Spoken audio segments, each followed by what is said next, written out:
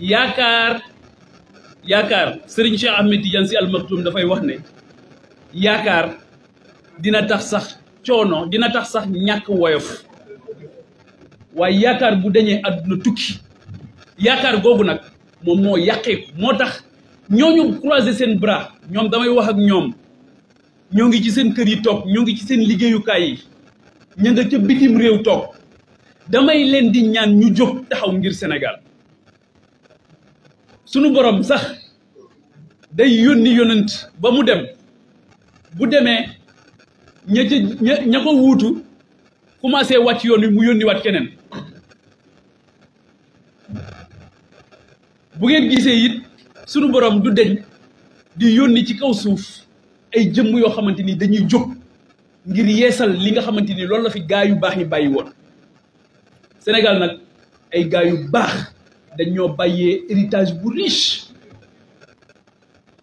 maa ngi jàkkaarloo ku baax Mamoun Khoureyssi Niass maam Maulana Cheikh Ibrahim ku mel noonu réew mii li mu ci liggéey waa héritage boobu nuñ koy def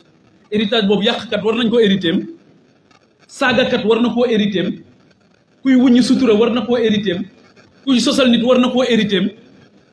ah loolu moo tax nag jóg nag jot na de li naan bés du ñàkk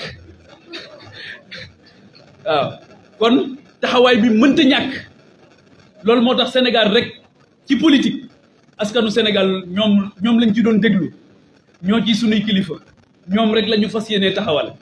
du ñu doon bu Samba du ñu doon bu Demba waaye askanu Sénégal ñoom dinañ xam ne assemblée nationale bii ñu jëm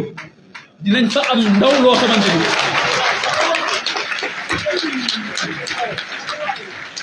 dinañ fa am ndaw loo xamante ni ak yeneen ndaw yi nga xamante ni yëpp tey jii ñoo bokk kujje politique gi nga xam tànn nañ kujje politique bu Sénégal tànn na ci fukki weer ak juróom-ñett yii ñu toll nekkat wax dëgg yàlla Macky Sall ak gouvernement fukki at yi daal askanu Sénégal daan na ko jox mu yor exécutif bi yor lu bari ci législatif bi waaye nee nañ ko fukki weer ak juróom-ñett yii dañ la daan jox pour nga saytu waaye léegi dañuy ñëw saytul suñu bopp